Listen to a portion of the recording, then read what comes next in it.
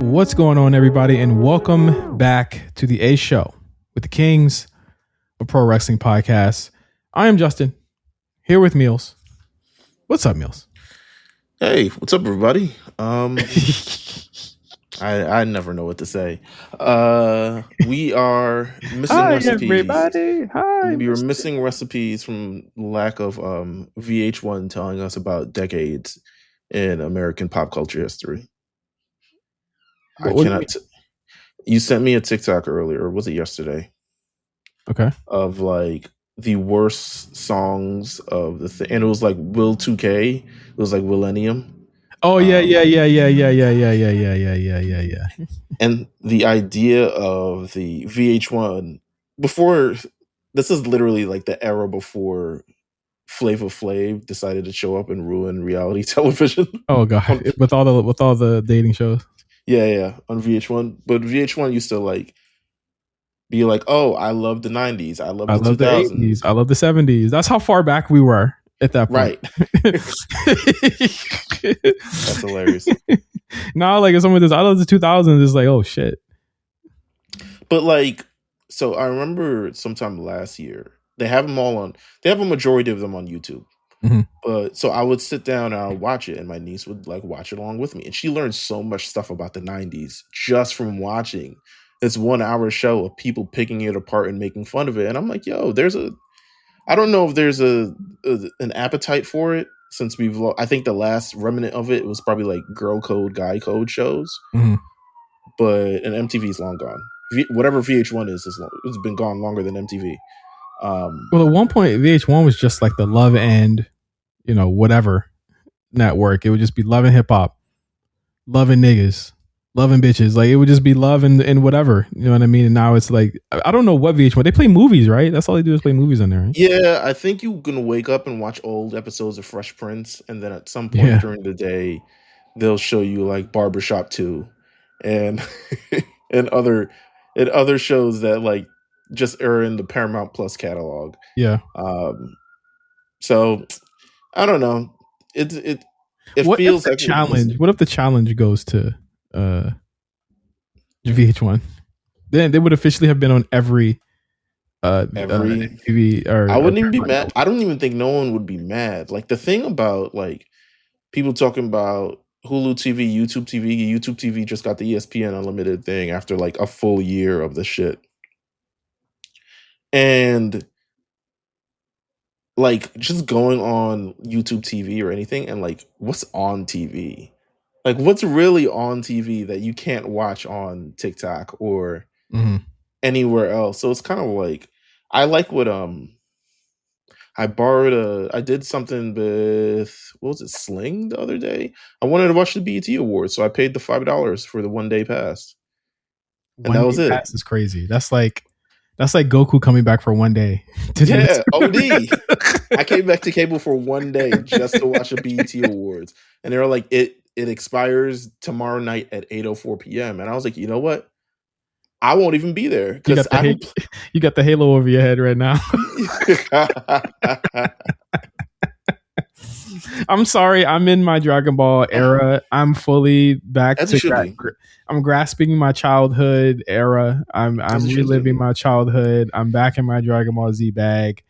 I just spent an enormous amount of money on all the Comic-Con exclusive figures that came out over Comic-Con weekend. I'm back. I'm fucking back, Meelz. I love that for you. Like we need that back. We need the energy back. I'm one of the biggest allies y'all could have. Man, if it were up to me, I would do Dragon Ball. I would recap Dragon Ball Z all over again on the lookout. If it were up to solely me, unfortunately, co-hosts wouldn't probably want to do that. No, absolutely.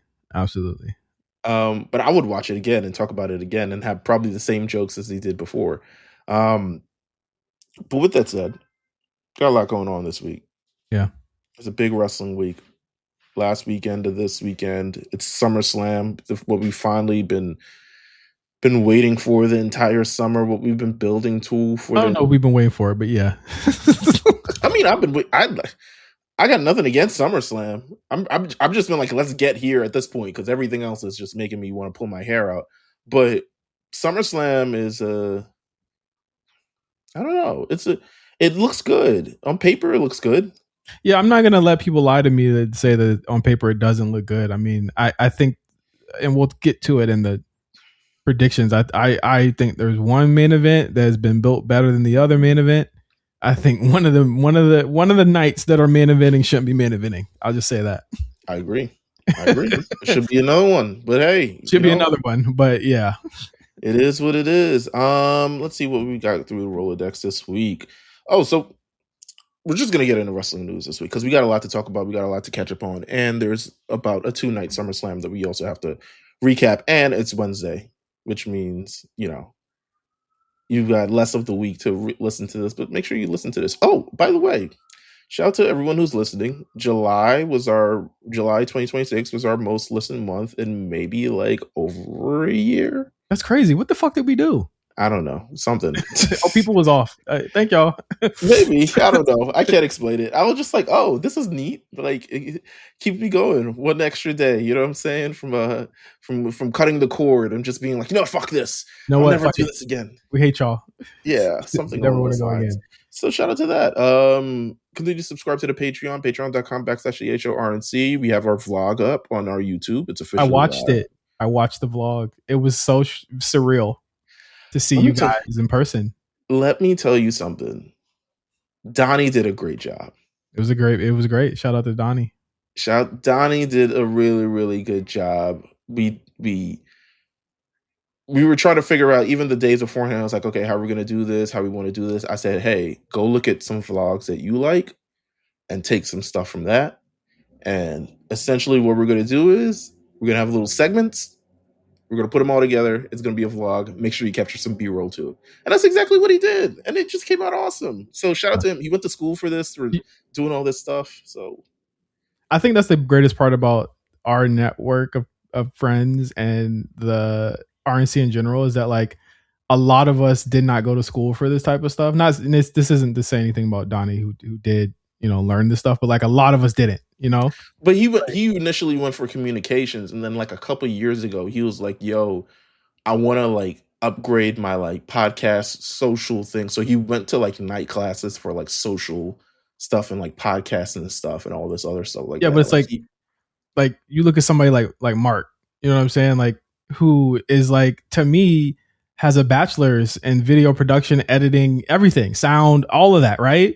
But he never went to school for it. You know what I'm saying? It's just like we took our passion of wanting to have something sound correct or look correct or be professional looking, and we like maximized it. Right. Or just stuff that we were into, right? Because I didn't go to school for any of this shit either. I'm the furthest away from this, but here we are. Do people remember when we would do this show on my lunch break at All Def Digital on a small USB mic and how shitty it sounded? Like those were the days. But we made it work, and I think that's when you really like, when you're in love with something, when you're passionate about something, and when you enjoy something. Ultimately, at the end of the day, it's like enjoying what you do, right? Mm-hmm. You build upon that. So shout out to everyone who wasn't really built with the ways to do it, but still found a way to make it happen. It's an incredible grind. It's incredibly admirable. And, it's just the work that needs to be done. So make sure you guys check out the vlog. It's insane. We say some pretty insane stuff. We're hoping to continue to do more when we get the chance to be out and about together. Donnie's probably going to be playing around with that new mic that we got, the lapel mic that we got, the one that we're using throughout the video. We got the day before. You know what I'm saying? Like, again, we find a way. Yeah. And you know what? That's for y'all too. Shout out to Patreon. We wouldn't be able to get this stuff if it wasn't for Patreon, to be honest with you. We literally got it the day. I was like, oh, okay, look it up. Amazon got it, So shout out to you guys. Shout out to everyone who's listening. Shout out to everybody, and shout out to Donnie too. We forgot to cover this note on the news last week, basically because there's so much stuff happening. But WWE, in terms of they announced this during what did they announce? They announced it during one of the shows, but we like never talked about it, right? I think they announced it during Saturday night's main event. Yeah. So for those who think that WWE will not have a presence in the United States during WrestleMania week, they said, "Think again, motherfucker." Well, we knew that was going to be the case because I think that they knew like there's no way that the fan base that would travel almost anywhere for them would actually travel to Saudi Arabia. Like they know without saying that, like, okay, the people probably don't feel really comfortable doing this shit. So, and they already got, I mean, whether anyone shows up or not, they got their money. So at this point, does it really matter if niggas actually? It could be two niggas in there. Yeah, you know what I'm saying? They already got the money. It might be two niggas in there. Yeah, it's Saudi Arabia. They about to put the guns down. Everybody around the world putting the guns down. All right, let me stop. Guns down. It's crazy. Anyway, WWE is set to stage WrestleMania 43 watch party and 2 live wrestling events in New York City while WrestleMania takes place in Riyadh next year. In case you're like, damn, what are we gonna do after a 10 a.m. WrestleMania? Watch NXT, bitch. That's what they said. Yeah, you're gonna get your ass up. So they're gonna an official watch party will be held at the Infosys Theater at MSG in April 2026, and that the live action is going to continue after each night of WrestleMania. A AAA Eternal Glory and NXT Stand and Deliver. So not only will you'll be watching WrestleMania, and then later in the day, they'll like, we gonna do it again. AAA probably at 10 o'clock. Stand and Deliver probably from like 7 o'clock to 10. Like it's gonna be crazy. So it's a day of wrestling. It's a whole day of wrestling. Absolutely. What do you think about this in terms of like? Do you feel like it's a ploy to like stop AEW? Do you feel like how do you feel about? I think it's a ploy to just full stop in the WrestleMania weekend thing because like I think as years have gone on, the certain like indie companies that they have been at like not adversarial in terms of like card, but adversarial in terms of just like marketplace and conversation. They don't want to hear about Bloodsport doing good. You know what I mean? They don't want to hear about that shit. They're pretty much like we're the only, and this is what happens when like you get mergers like TKO is like they're pretty much trying to make it their own thing. And I mean during Mania weekend, I usually never go to other shows because I hit the city more than anything, but like this is for people who like to go to other shows. Like it's definitely detrimental to people who like to do other things. But we knew that was going to be the case for WrestleMania going to Saudi Arabia. But they're basically, I wouldn't say this is for AEW only. I think it's for everybody. I think they're trying to like take over because like how much you think is going to cost for WrestleCon to be in New York that weekend? You know what I mean? They're gonna have to go to Jersey or Philly. You know, I mean, they'll likely go to Jersey for sure. Yeah, like it's pretty much clipped for them doing anything within the city because WWE's basically saying we run the shit. You know what I mean? But if you were AEW, could you be like, it's only a watch party at NXT. We might still be able to get a show off here. Well, that's what I was about to say, right? Mm-hmm. Anyone who don't make the Mania card, you best believe they're going to be on the AAA or the NXT card to bolster that. And they might actually hold someone back from being on the card to be on these other cards. My thing is this, like, do we think Grayson Waller's not going to Saudi Arabia? Like, do we think that there's a possibility that like they say if we get a big enough star, you think we could put NXT in MSG proper? I think it would sell out. With a big enough star and a big enough match, I think it could. You hold somebody back and say, hey, like they don't want to go to Saudi Arabia. Imagine, you know, this is just pie in the sky. I have no clue. This is just a hypothetical. Imagine Kevin Owens says, I'm not going.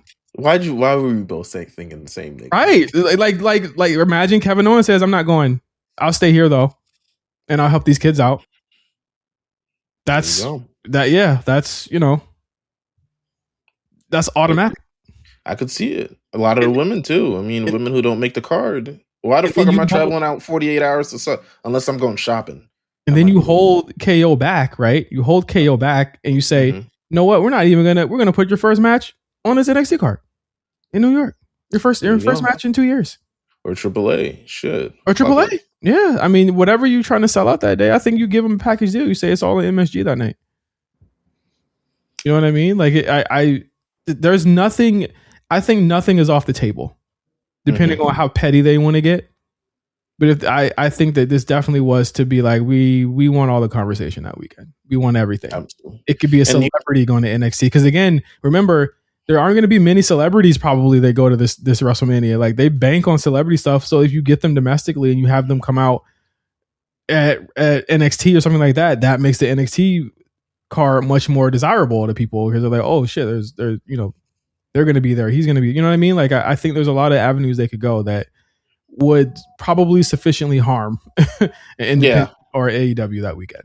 I wonder if they would ever consider like doing like multiple live watches, because you don't have to just watch WrestleMania for 8 hours in New York. Again, I guess you could watch it in Texas or California or something along those lines. Not to say that they're going to just start popping up watch parties. Yeah, but, I mean, they could if they wanted to. They could do it the coastal, bro. They could do, again, there is, to me, nothing that's off the table that they won't do in order to grab that market share in that conversation space. Like, it's just what they're trying to do. We'll see how that shakes out, but it's like, I wouldn't put it past them. I really, far be it for me to tell Tony Khan what to do. I do think it's probably a bad idea for him to try and do any type of counter programming that weekend, because what you're doing is essentially poking the bear again. And then whenever they poke the bear, people are like, who are you bullying them? And I'm just like, bro, you see what they're trying to do. I wouldn't know where they would. Chicago. Realistically, a stadium. Well, yeah, probably. But it's also fucking freezing, bro. Chicago or Florida or Daly's place, whatever. Yeah, I would assume Florida. Like, I would probably go there. Like, realistically, like, we're not fucking doing a freezing stadium show in New York just to prove a point. But then what do you book that week? Like, again, because then they'll say like, oh, we're gonna do Evolve's first live pay-per-view in Orlando. You know what I mean? Like, they got the talent to just do it. True. They got the talent to just say, fuck it, fuck you. And then they, like, literally, Meelz, just fuck you. And just keep throwing people at it. Like, yeah, no, you're right. So we had that little bit news. We got some other stuff in the pipeline. Let's see. Grayson Waller returned to NXT. We talked about Grayson Waller a little bit. Top of the show. I watched NXT this morning.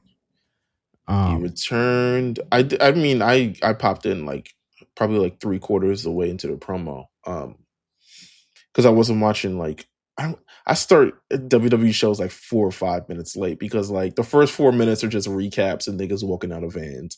But so I usually starts on time. But Grayson Waller shows up on NXT. It's like, okay, it makes sense. He's been off television. He hasn't been really doing much of anything since New Day left. He wants to be featured. He was just in a Chris Van Vliet interview a number of weeks ago, kind of like really getting emotional about like how passionate he is for wrestling, and that's kind of just all he wants to do at this point in his career. So he shows up on NXT, fiery promo. Some people are calling it a pipe bomb. I don't know if I would go that far. It seems like someone who's just, I don't know, people like, it's just work shoot, bro. It's just people voicing their frustrations. We've seen this many times before. Joey Styles has a good one, which we haven't seen in a while, but it just voices his frustrations, but ultimately targets a lot of people on the main roster, targets himself. Probably my favorite part of the promo was him just saying like, a lot of great NXT champions have emerged and have done great things on the roster. And if this is what I need to do to be great on the main roster, then fuck it. I'm going for the NXT championship. Yeah. And suddenly it's like, okay, a plan, direction, make it make sense. But will it work? And that's where I come for you, J5. Grayson Waller. Jesus Christ, bad NBA on the brain. Bruh, it's the same. Parlay didn't hit. No, one of them. And I have Grayson Allen in the fucking thing too. Grayson Waller. Do you think it'll work? No, I'm not fooled. Oh. I'm not fooled. The bell still got a ring, Meelz, and I know what he is. He's been around long enough for me to know who he is. Mm-hmm. And again, like Austin Theory stuff notwithstanding, you know what I mean? I felt like they should have really did a program with them. I agree. without having Austin just disappear off TV for half a year and then come back. But Austin Theory got niggas who support him back there because honestly, he hasn't done much of anything. He should be dead right now. Like he should just be gone. But I think he's firmly like a Heyman guy. Like Heyman, I think Heyman loves him. Heyman loves him. Yeah, he's always has. But it's like, I think it would be a very big mistake to give this guy a title. If we shit on MJF for all of these work shoot things, we should be going to Grayson Waller for that too. I know that there was comparisons to him and the Miz at one point and stuff like that. Like, you know, he's good on the mic, but it's like he got one gear and that's just work shoot shit. I don't think he's necessarily ever been funny. I don't think he's necessarily like done anything like that was the most like vigor and fire he's ever had. But he's been a heel for like half a decade in this company. He only has one gear to me, and he ran the play on Tuesday. He got some people happy because that's how you get people excited by doing it. But oh my god, was this planned? Like doing this type of promo, which was probably gone over, and he probably had told people, "Hey, I'm gonna talk about you tonight." So, shit like that. Mm-hmm. Like I wasn't moved. I saw that he was on the show, or he popped up on the show on Twitter or whatever, and I was like, okay, I'll reserve my judgment for it. And I just walked away from that like, okay, cool. I see where they're going with this. I think Grayson being back is what I suspect is a larger, and I guess this is part of the conversation too, it's a larger attempt by NXT Creative to bolster the men's division. And I'll say this, I think it's a good idea to have him on the roster because they need heels. They need good heels. They don't have those right now on the brand. They don't. So it's like, in my eyes, you have Grayson take it off of Tony, and then you do Cruz and Grayson Cruz chasing for the remainder of the year until like December or something like that. I mean, so I think in terms of his last NXT run, it's very like spotty, right? Because he didn't get to do much of anything, right? He was not better than his contemporaries, right? So he never became like North American champion. He never became tag champion. He got a few shots at the NXT championship, but he was never beating Braun. So it's kind of like he was always in this space where it's just like he's like floating around. But he always had the mic. You know, he could talk. He could perform well enough to support whatever the hell he was saying. Yeah. But ultimately, like to me, the look never vibed with anything else. He looked crazy, bro. His fits is just, and unless he changing his style up, like sure. Well, yeah, the image needs to be overall. I won't say overhauled. I don't want him to show up like fucking Austin Theory, but there needs to be some intention with the look. Like it can't just be like you in the same tight pants and weird ass fucking fabrics and shit. Yeah. But I'm like you said, NXT does need heels. They need heels who can talk. I don't know if this pushes the needle enough for him, but I would like to see. I do think that I think it pushes the skill gap up because remember, the women only got better because they had Stephanie and Julia and Roxanne. Like they needed to push the competition up for everyone to improve. So I don't think Grayson Waller has ever been in an opportunity to be. I don't know if he can elevate anyone. No, I mean on the mic, sure, as a heel, for sure. Yeah, he can. That's what some people are missing. I agree. He hasn't been. I don't know if he's been as giving on the mic. He hasn't had a lot of opportunity to, and not to say that it's just, but he's just been middling for all of his career at this point. Like his height, or as like a tag team champion, where he was like harassing Kevin Owens for like 6 months. So to me, this is an opportunity to be like, let's see if you actually have something. But granted, you know that with NXT, while you can be good, ultimately, like they're in the business of developing these next crop of stars. So you'll probably not be. He's not like the goal. He's not the end game. Which means you can only go so far. Yeah. So it's kind of like, all right, so he at this point has to be a role player that does his job very, very well. But also he has to kind of present himself or overhaul himself to the point where it's like, okay, you can actually be something. Mm-hmm. Just anything, please. Mm-hmm. because you got people working against you and people already don't believe in you. Your ass was when I went to Raw, it had to be MSG last year. I saw him before. He was always there. He was always there before the show. He was just like schmoozing with celebrities and all this other stuff like that. He wasn't particularly used, but he was always there. It shows that he always wanted to be there. But just, I guess, he was floundering after the Austin Theory thing got injured. The New Day shit just wasn't really working out. So let's see how this goes. Good luck. I think I will say this. I am confident he will probably get an NXT title run just because of the lack of options right now. And the fact that Cruz needs a good heel to face him. He needs a good heel. I think these two will be marvelous on the mic. I think they could do some like NXT is the land of like ridiculousness, right? So like they're gonna do something ridiculous. They about to have Grayson out in Brooklyn or some shit. You know what I mean? Like I agree. Yeah. They got a chance to do some real cool stuff there. I'm no doubt about it. Yeah, no, absolutely. NXT don't really have anybody on top of the heels that can do much of anything. There's still what's what I'm gonna say? I mean, Dark State still pending. I think them putting Grayson on there was just like we've given up on Linux. Yeah. We've given up on this guy being the top because literally what was going to be next? Like unless they were like going to Speed Road Cruise and shit. Yeah. Like what was actually going to be next? Yeah, it had to be this. You know what I mean? And you still got Naraku there, but I don't see Naraku being there very long. They don't want him there. They do not want him there.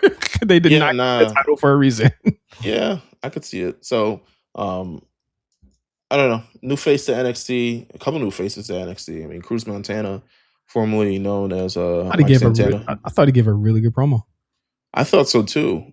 But I also feel like he has to elevate as well in terms of like you just can't be Bronx nigga wherever you go. You know what I'm saying? It has to be less local, more. You have to bring people into the spirit of like, and I think he started doing that. It was like he talks about his family and he talks about where he come from, but I think you have to bring people into. You also have to feel a little bit larger than life as well, especially in WWE. Like the grounded, authentic shit is cool, but also you got to be able to do the hokey shit that takes people to the next level. Yeah. So I think he's still got a way to go, but he's working. It's still surreal to see him there. It is. Given his trajectory, but he's in AEW. You essentially left. He really got it out the mud. Yeah. He really got it out. Did his time in TNA? Hard time too. And yeah, elevated himself to the standpoint where he could get back to WWE. And there's a lot of people who haven't done that. I mean, TNA, you don't see Moose, you don't see any of the other, people over there. It's like it's slim pickings. I'm expecting next is going to be what's my man's name? Leon Slater. And Laura Willing. We'll never see that nigga Moose on. Well, that's what I'm hoping. Get that fucking hammerhead nigga off my television. Speaking of people who are off the television, New Day. They dropped a video. I don't know how I feel, but I mean, people are very captured by the video, and I get the emotional sentiment behind this video, but I don't know if I fully agree with the content of this, or at least what it's trying to say, at least. Yeah, what it's trying to say, and I'm just like, bro, I don't think we have to do this every time. Yeah, but I maybe it's something just more so of like, because I think a lot of talent they've been successful during like the Vince era of things, and then kind of when the Triple H era, it's like a little different. He isn't as hokey and as entertainment value as other things. Well, I can't even say that. Look, he said, you know what, Danhausen, you got me. Like, I mean, Danhausen is the exception to the rule. He lets that nigga do anything. He lets Danhausen do whatever he wants. I'm pretty sure he don't even write Danhausen. He was like, just do it works, Yeah. Like just figure it out. But no, New Day, they dropped this video. Well, specifically Austin Creed dropped this video because it's been reported that their contracts are expected to end sometime this weekend. Yeah. So dropped this video, 2 unicorns. They're trapped in a stable. They finally free. They break free of the shackles. I'm like, oh God, the shackles. We're doing this again. It's the damn shackles. So I need to see the WWE shackles, bruh. There's this ringmaster here who kind of looks like Triple H. Or maybe I'm reading too much into it. No, bro. I think that the depth of this is as deep as a kiddie pool. So I think you're pretty. The part that got me was like leaving the other unicorn with the broken horn. I'm like, all right, guys. I literally said in the chat, I was like, waste of money. Like, what are you doing?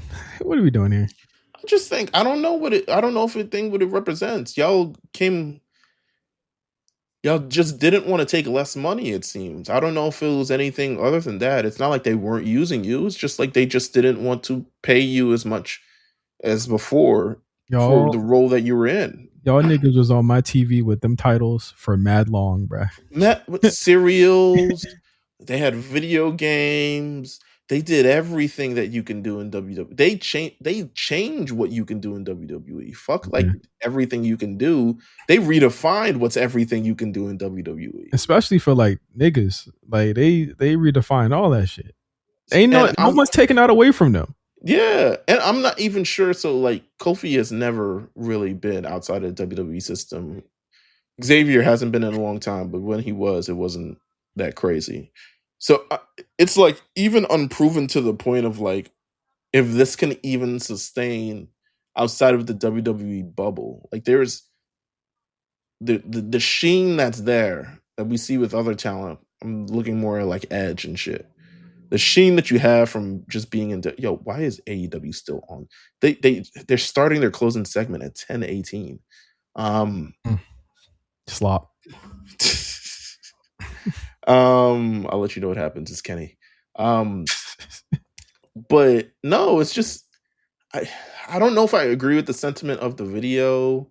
I'm seeing people like, yeah, finally free. I'm like, free. Keep in mind, these was company guys, bro. So I'm like, look how easy it is to sucker you niggas in.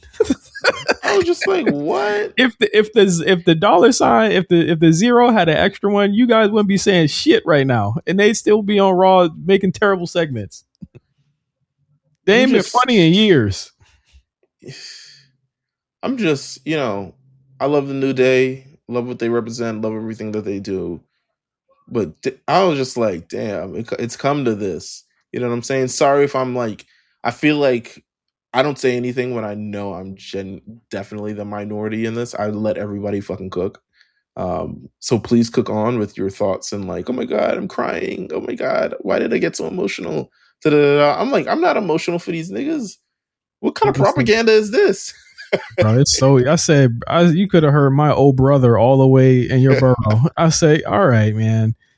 I cut that shit off. Yeah, I was just like, what? Shout out to the video. Shout out to y'all doing whatever you're gonna do. We'll see you at All In or something along those lines. But I was just like, what? All right, cool. So, good luck, guys. Good luck. You following them? Where they going? I mean, I'll see what happens, bro. Yeah, I don't expect. Here's the thing. I don't expect good things. I don't expect them without a nigga telling them no is going to be quite an experience. Yeah, but then also it's like I just it's tough for me to see what the fuck this is going to be on the other side of this. I'm not even going to lie to you people, and I feel like they're talented, yes, but then also it's like they might like play they might be best at a certain role that might not be the role that is in AEW. So we'll see how that goes. Bucks match, Kenny match. Yeah, those matches. We also didn't talk about this last week. Well, maybe because it came out a little bit afterwards. People are up in their panties about this. What? Serious Busted Open Radio transforms into WWE Radio. Yeah. Niggas was upset, bro. Said, damn, bro, they bought CNN? I'm like, Busted. I'm like, how many of y'all legit listen to Busted Open Radio? Number one. That's number one. Show of hands, please. I just need to know. This is what like y'all outraging this is like when Disney bought Radio Disney, and all they did was talk about they'll only play Disney Channel songs. This is the equivalent of when Radio Disney bought out one of the terrestrial radio stations, I believe, and they made Radio Disney. I don't even know if it's still around anymore, but it's literally just a place where they can talk about that shit and just brand. The way to be listen, they're not going to be on Radio 1 or iHeart. WWE Radio is not going to fly there because there's no ad revenue that they can make doing that shit. You feel me? So like, that's just automatically out of the point. This shit is fake, number one. So like whatever propaganda they make is fake propaganda. It's like literally reporting on the circus. Mm-hmm. Reporting on the circus is crazy. But yeah. This is not state media. This is not something I would boycott more than fucking Barry Weiss taking over fucking CBS. Like, that's a problem. This is not the same thing. No, it's not. I'm so confused of why these other people are feeling like, oh my God, this is such an attack on journalism. They're taking. I'm like, what are you talking about? Oh man, shit. This is an affront to the journalism degree that I got, in which I took classes on wrestling and how to properly review a headlock. Let me tell you something. Wrestling journalism is in the mud. So it's been in the mud. You know what? Wrestling journalism is the mud.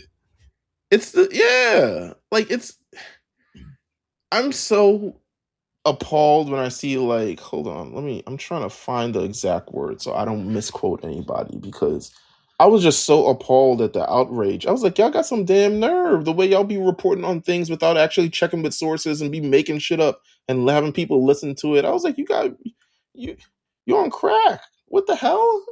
I listen to Meltzer say approximately try to make sense of the ESPN, why ESPN isn't having the free hour of WWE television anymore. And he came to his own. They're not doing the free hour on SummerSlam? No, they're not doing it anymore. Oh, wow.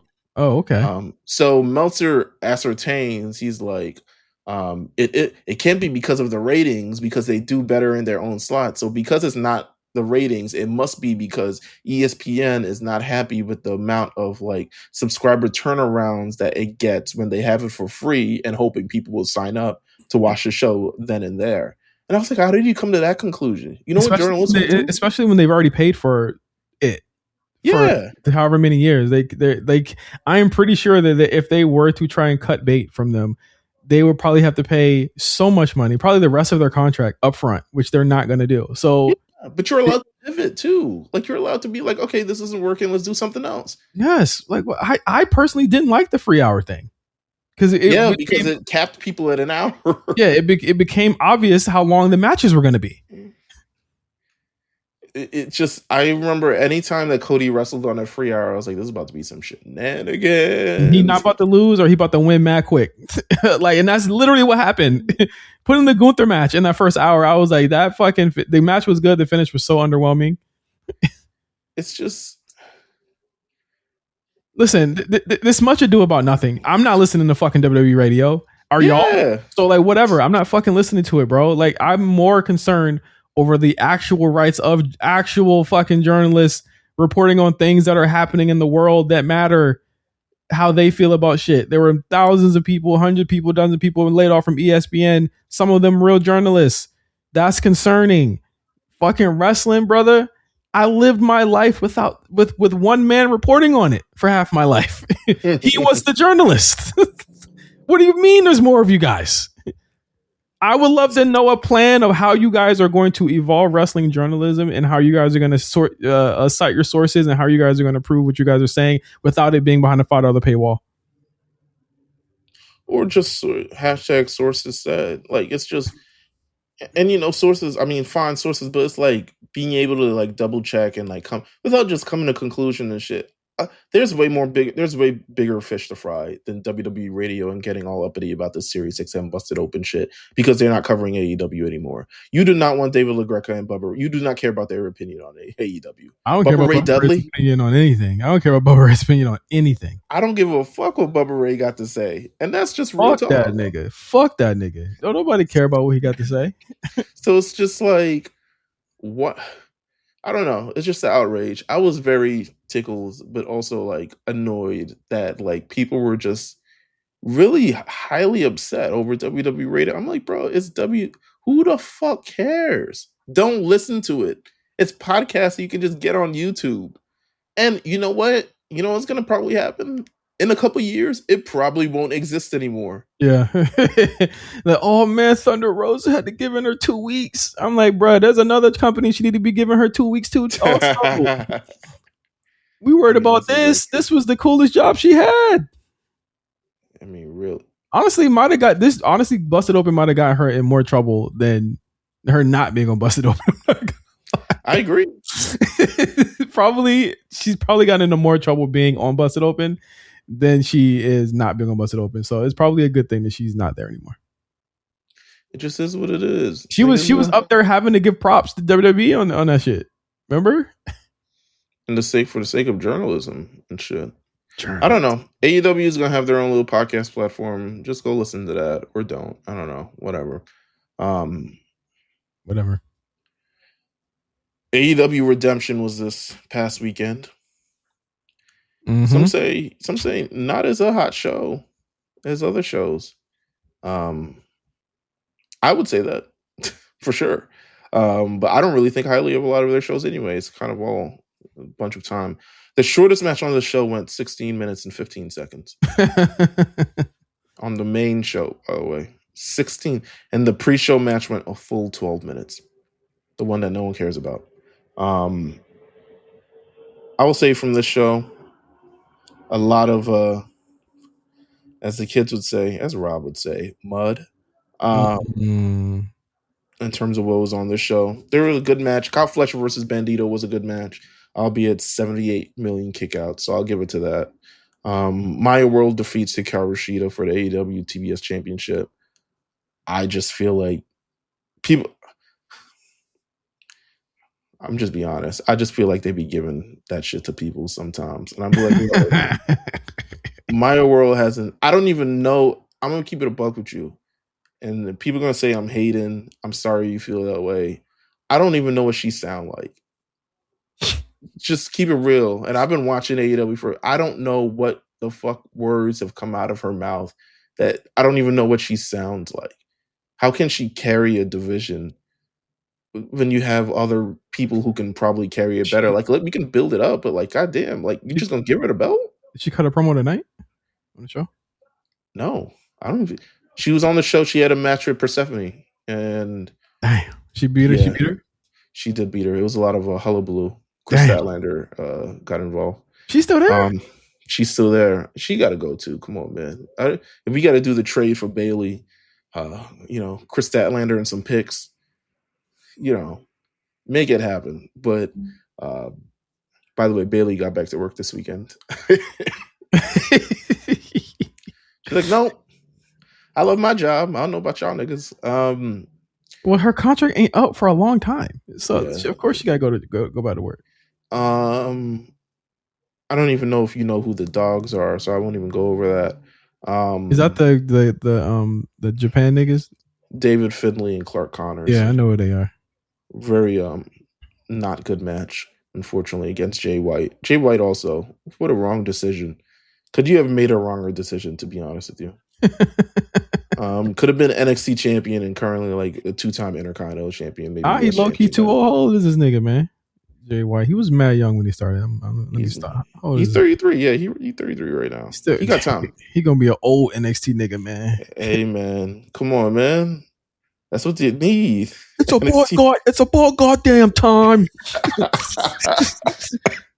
You guys have been waiting for me. I'm Jay White. I'm 54. I'm finally here at NXT, mate. Do not make me laugh because I have this cough thing that is not going away. And I have to mute my mic every time. I'm fucking 45, mate. I'm here on NXT, mate. Jay White, the Switchblades here. I've been everywhere. I've beat Tanahashi, mate. I'm on NXT. I'm laughing on mute. Sorry. That is so funny.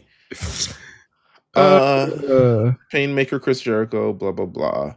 How's Ciampa doing? Ciampa's NXT Ciampa, so it's kind of like he's in his element. It seems like Tony Khan is giving him the space and the breath to be able to do things. I think Tony Khan genuinely loved Black and Gold NXT, which is why anyone who is on Black and Gold NXT is getting mad country to do whatever they want. Like when Adam Cole was on there and all the other, like even Roddy and all this, like he loved Black and Gold NXT. So like Ciampa's getting space. How's Adam Cole doing? I think he was. I mean, he get to reunite with his buddies soon. He about to be Chubbs again. You know what I'm saying? They about to have that group chat. Him, Cesaro, Chubbs. Because that's what we've been waiting for, yo. That's what I've been waiting for this whole time, is for men to talk to each other. Yeah, man. He was nominated for the ALS Ice Bucket Challenge by Britt Baker. That's the last thing that he done. All right, moving on. Keep it together for the kids, guys. Real love, Britt Baker, Adam Cole. Andrade El Idolo. Andrade's over. Mm-hmm. He is over like Rover. So shout out to him.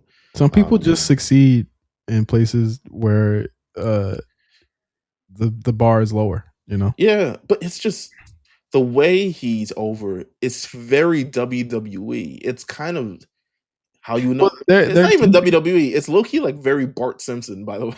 Yeah, because that's all he's saying, right? That's literally all. Like, literally, it's a catchphrase. He's AEW Danhausen.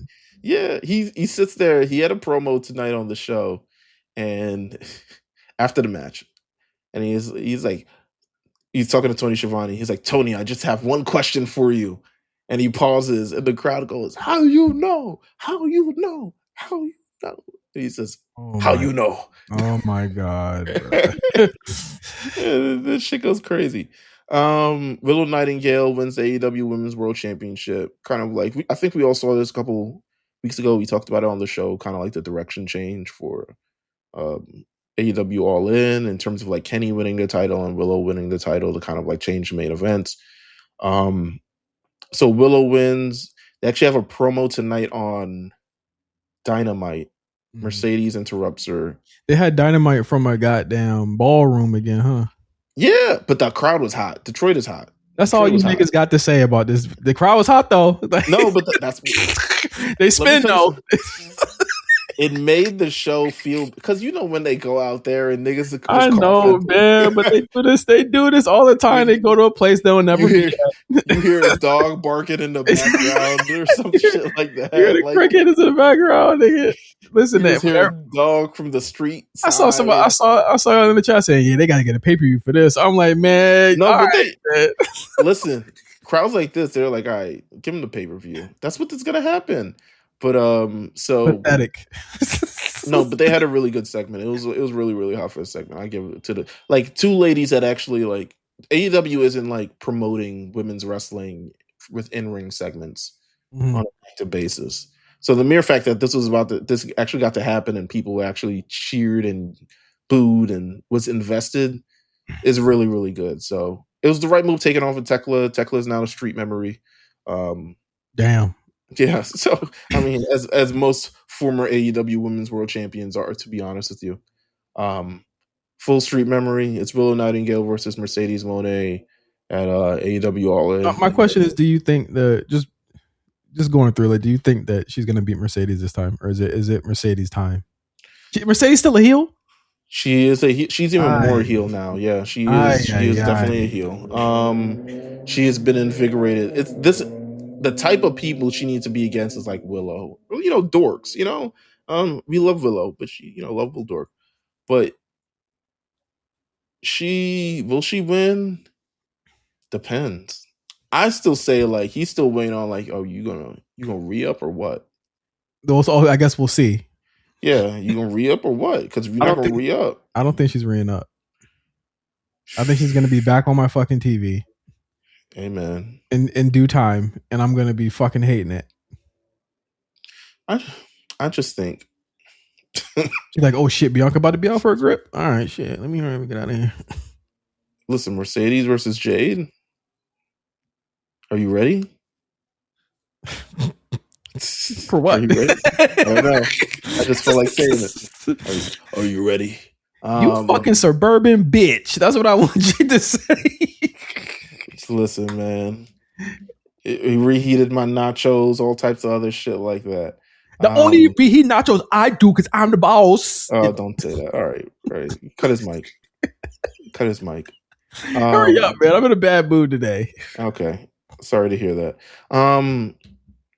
Kenny Omega versus Kevin Knight in the main event. Kenny absolutely obliterated. One thing I'll say about Kenny Omega, when he's supposed to beat you up, he will absolutely beat you up. He absolutely obliterated Kevin Knight in his main event. So much that I don't even know if all the build mattered at this point because he legitimately whooped this nigga's ass for 25 minutes. He comes out on the other side, and then we have the cut scene. It was like H was producing this, but I guess worse. He comes out after the match. Death Riders come out because Death Riders told Will Ospreay earlier in the night, like, if you don't pull the trigger, we will. So we're gonna stick them. Right. So Death Riders comes out. They about to jump Kenny. Will Ospreay comes out. Be like, yo, back off, mate. Back off, bruv. And they're like, nah, you got to do it now. You got to hit him with the chair now. You got to kill him now because if you don't kill him, he gonna kill you. So he comes out. He refuses to hit him. He hits Jon Moxley with the chair. They get the Death Riders out the ring. It's like, oh yeah. And as they're celebrating in the ring, as Will Ospreay goes on the top rope, Kenny Omega hits him with the one-winged angel. Proof you shouldn't trust him. I have no idea what the fuck happened in this promo. So is Kenny a bad guy? I don't know. Let me check. Let me check if these niggas are bad guys. Will Ospreay. I don't know. We're doing the show as it's airing. I mean, the match is clearly moving tickets for the show, which is a good thing for them. But like, is this like, again, we asked this question, what is it, a month ago, a couple weeks ago? Like, is this the biggest match that they could have? Like, do you still feel like it is the biggest match that they could put on right now? It's like, I don't even know if it's that. I just don't think it's the right match to crown Ospreay. Right. Okay. I think narratively, you want to be able to crown him in a match that says like, hey, he's the future, he's the direction of this. And I think Will Ospreay and Kenny Omega is a great like exhibition match. It's not really like, because Kenny Omega hasn't been shit for like 4 years. Like he hasn't done anything worth of note. Like it's just weird he's in this position and suddenly in this position out of nowhere. It really would have been, I would have rather even a triple threat match than just taking MJF out of it entirely. Yeah. But I don't know if this is the right match to necessarily crown him. It's going to be a good match. It's going to be anime. It's going to be all the other stuff like that. But yeah, I mean, it's moving tickets. So shout out to that. It just is what it is.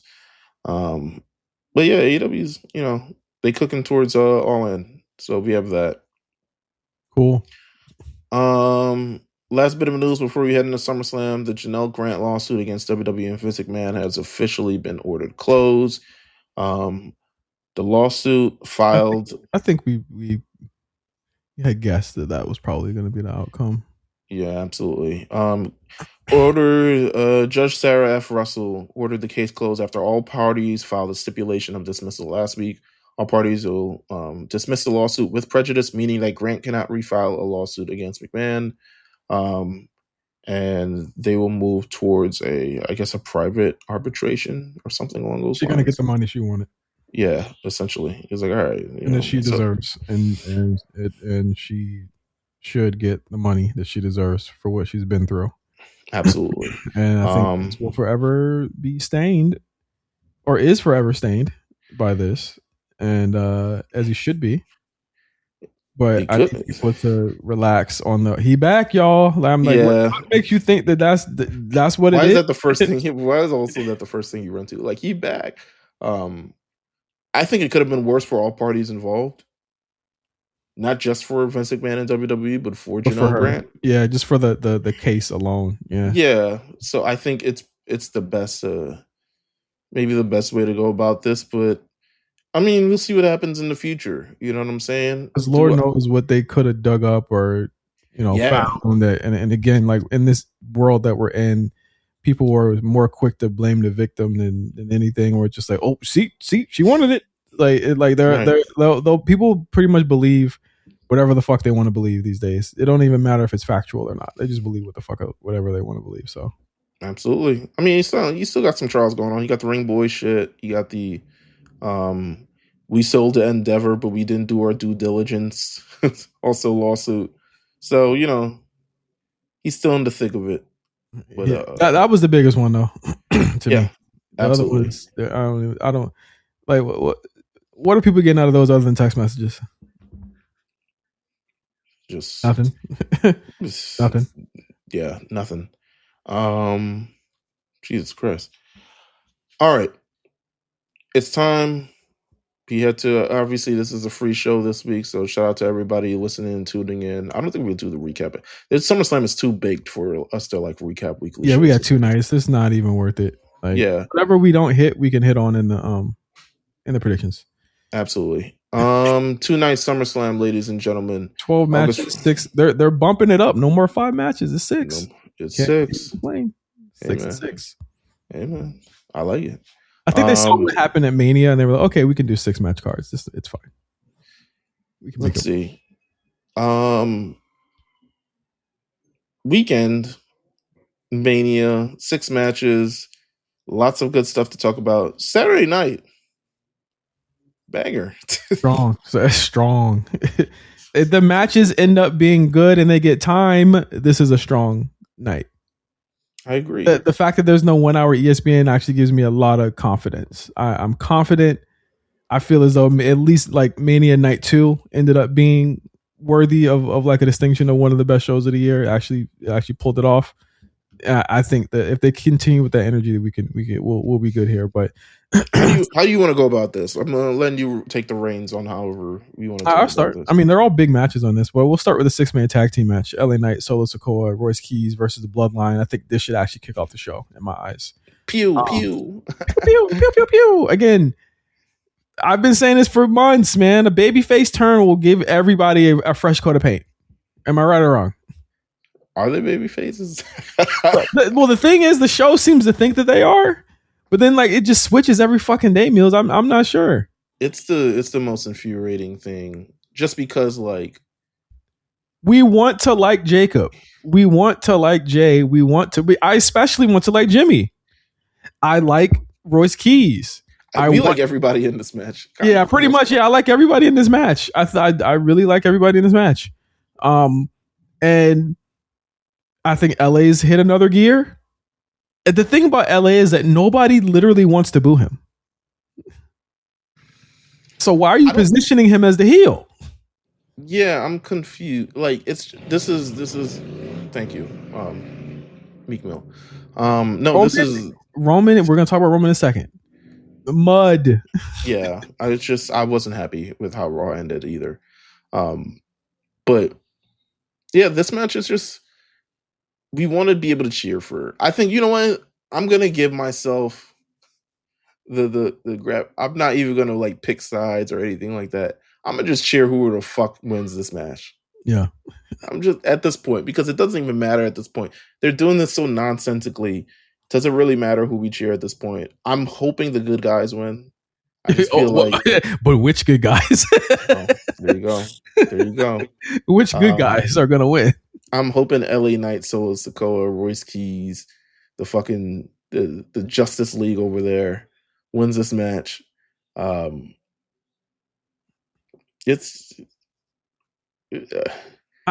think it's going to be a good match. It's the type of match that I think but Jacob is in it though.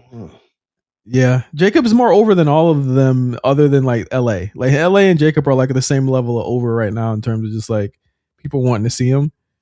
Jay to me is an entrance right now, but if he was to be more of a real face and not a dick rider, he would probably be way more over to me right now. Mm-hmm. But I think that this match and the characterization behind this match is indicative of a bigger problem right now, Meelz, in the way that they book Raw. And you hit the nail on the head. It's just there's a bunch of people that have to work extra hard, and there's one nigga that don't work, that ain't working at all. Yeah. And it just upsets the entire. I don't see the trajectory for anyone outside after of this this match. Yeah. Doing anything greater of note, to be fair with you. And I don't see LA going after Roman. It would be nice. I don't see it happening though. I mean, Solo, like said, is he even gonna look at Roman? Yeah. Solo jokes. Royce SmackDown.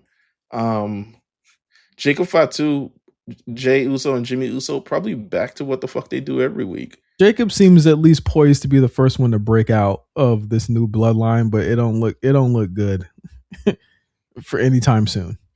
Who do you think is winning this one? I would have rather this night and this match had been Jacob versus Royce Keys, which I do think that we're going to get down the line, if not imminently. Sunday night's main event, maybe.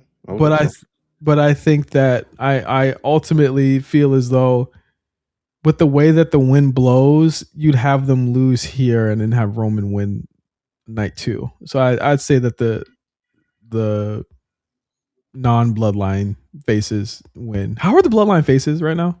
I don't know. It's a Samoan summer. They're probably going to win. I'm going to keep it a buck with you. I hope they win, but I'm pretty sure the bloodline is winning. Yeah. I don't know. Moving on. Gunther versus Nick Aldis. Hey man, my nigga Aldis over here. Nig Aldis. My nigga Aldis. Gunther versus Nick Aldis. I mean, this has been built very well. For months. I would say that the 6-man and this have been like built consistently for at least combined 6 months. Gunther has a problem with authority. Authority strikes back. He's surrendered his GM status until this match is over. Who asked if that was permanent?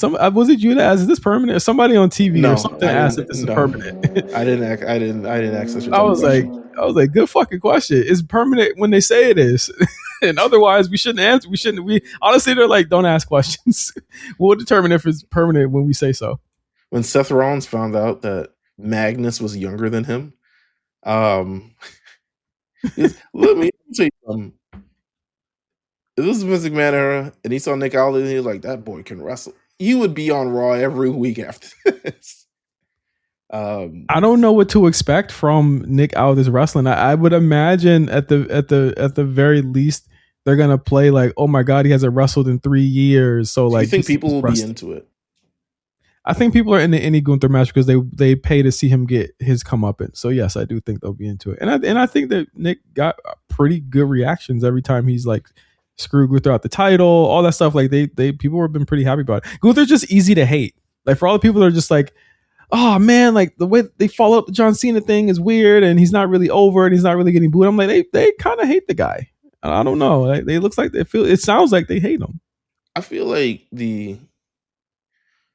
maybe if Nick Aldis was like 4 inches shorter, you might have like something going on. But they're not trying to play it as Nick Aldis is like this, like But I know they're not trying to play it like that, but I'm just saying, like, I don't know if people is readily on the side of like the man, right? It's like, oh my god, he's giving up his job. Like even we've done other when GMs are faces versus the heels, it don't really like work out that well. And I think the only last time we saw it, only time it really worked out was Daniel Bryan. It was like, all right, we need to see this nigga back. Ric Flair. Wait, Ric Flair. He was GM. That's true. Got beat up by Undertaker. Mm-hmm. That worked. So maybe that goes in. Maybe you changed my mind. But the thing is like afterwards, it's like, but Nick Aldis ain't no fucking Ric Flair. No, but I'm saying, but I'm not comparing it. You said that it's never worked. I said it worked when it was Ric Flair. I'll give you an example. Yeah. There you go. I hope that it does well. I think that it is it's going to be it's going to be an indictment on whether they could do this with Nick Aldis again, because I feel like if it does work, we will have not seen the last of him lacing up his boots. I'm interested in hearing what his theme is. I'm interested in hearing like seeing his gear. You're gonna start seeing like niggas contract coming up. Are they gonna re-up Nick Aldis? Or is he going to AEW? Rumor is he wants to wrestle again, and WWE won't want. You know how WWE does. It's like, no, nigga, we paid you to be a GM and to fucking plot out matches. You don't care. You pay him like extra like kind of fee to be like, hey, like since you're wrestling now, we're gonna pay for you to do this now too? You think they do that? I don't know. TKO is a different entity, different beast. Yeah. Only H got contracts where he got one to wrestle and one not to wrestle. And I'm sure them shit's still kicking right now. It's like he hasn't wrestled in half a decade. And it's probably like, oh, you know, if it expires, it expires. Who's winning this match? Gunther. Yeah, probably Gunther. Big Gunther. 6-woman tag team match: Bella Twins and Paige versus Fatal Influence. Come on, man. This one screams. This happens right before the main event. Let me tell you something. I've seen too much stuff on various platforms about like they're fucking up Fatal Influence, and I'm just like, bro, they just got here. I'm like more concerned with like what's Ilya doing, what's Mello doing. They've been on the roster since 2024. Like, where are we going with the direction of them? These ladies just got here. It's honestly not that far of a road to the top for the women. As evidenced by the fact that they literally just won the titles. Yeah. Seriously. So I love that Nikki Bella's back. I love that we're gonna find people were hot about her calling NXT the minor leagues. Come on, man. They were hot about that shit.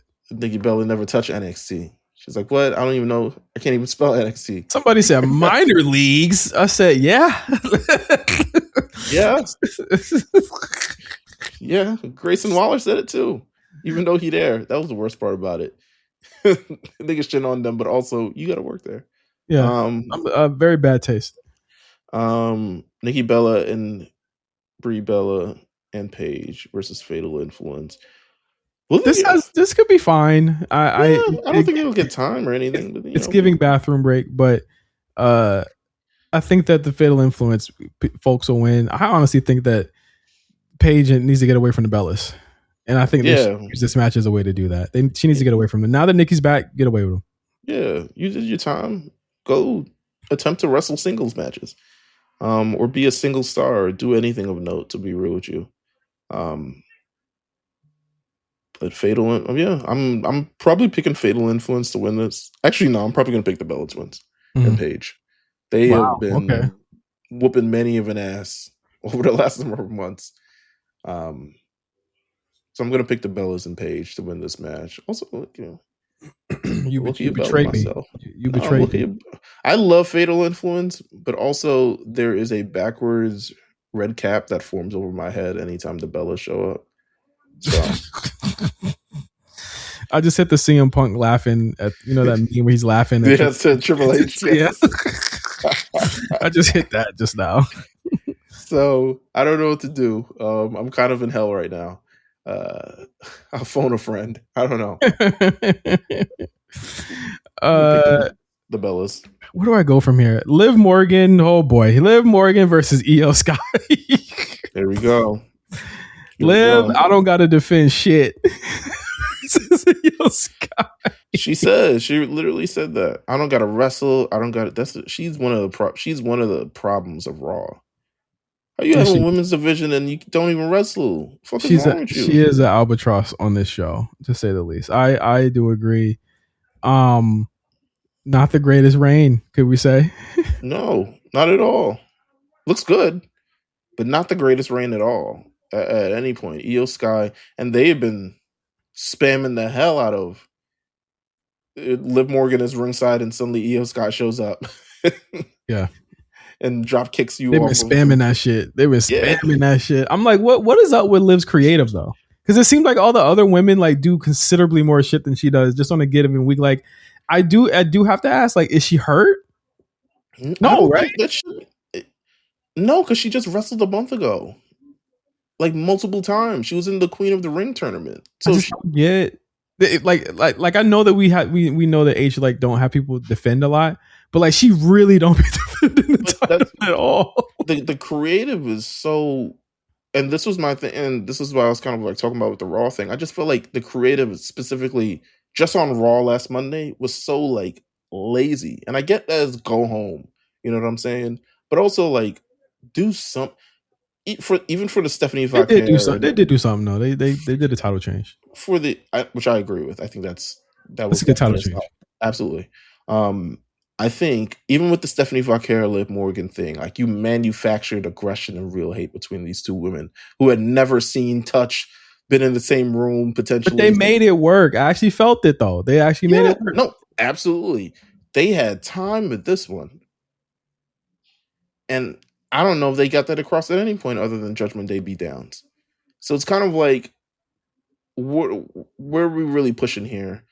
I'm not sure what happens in this match, to be honest with you. I don't anyone but Liv at this point. It needs to get off of her. Like I don't even think. I think they've even like kind of like downplayed like Io's turn of being the measuring stick of the women's division. I thought that was actually a really good story that went off when Asuka left, right?